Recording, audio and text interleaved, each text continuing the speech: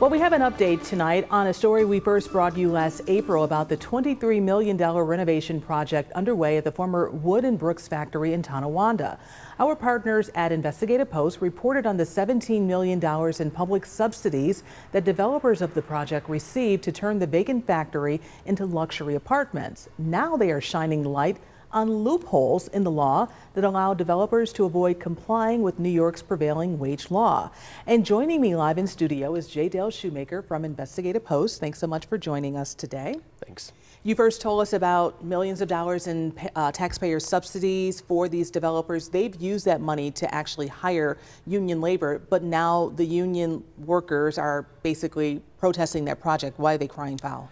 So what's going on here is that in 2020, there was a new law passed under the Cuomo administration with New York's prevailing wage law. What that new law says is that if a private construction project like this one costs more than $5 million, and if more than 30% of that cost is made up in subsidies, whether like property tax breaks, sales tax breaks, other tax breaks, then the developer has to pay prevailing wage, which is based on union rates, more or less. In this case, however, there's a loophole in the law. The loophole says that if you get certain tax subsidies, such as brownfield remediation tax credits, historic preservation tax credits, or something like that, then the prevailing wage requirement no longer applies. And so the unions, they helped in Albany get this law passed. However, now they realize that this developer isn't required to pay prevailing wage, so they protested on Wednesday. So you kind of talked about that loophole and how it works, but how do you avoid it?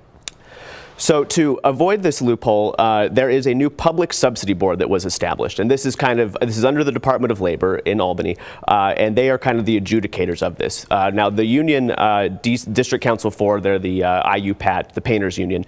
They actually took a complaint to the public subsidy board in December and said, hey, we think that this project got way too many subsidies. We think you should apply prevailing wage law. And the public subsidy board ruled against them. They said, no, this developer does not have to pay public subsidy. And so now the unions are going public and saying there's a huge loophole in this law and we need to tighten that up. I'm sure they're not the only ones, right? It's probably other companies and other projects that you're probably looking at too that are dealing with this loophole. That's why it's a loophole, right? And people know how to use it. Yeah, around the state so far we've seen 10 other projects that the Public Subsidy Board has ruled on that they said, well, loophole applies here, you don't have to pay prevailing wage. What's the next step here?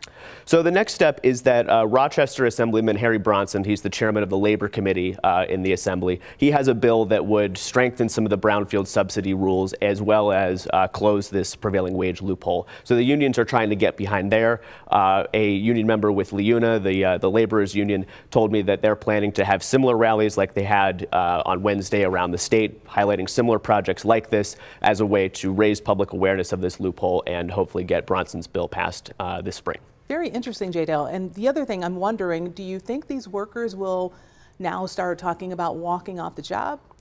I don't know if we're at that point yet because the developer has hired a mix of both union work and non-union work. And so the union members, they might get to a point where they're walking off the job, but you have another, segment of workers there who are not unionized. And if they walk off the job, they probably just lose their jobs. Yeah, that's really interesting. I'm sure you're going to stay on top of this to see exactly what's going to come up next. Thanks so much for being with us. This is Dale Shoemaker. He is with our partners at Investigative Post. Of course, if you want to see his full story, there is a link right now on WGRZ.com. All you have to do is look under the Investigative Post tab. We want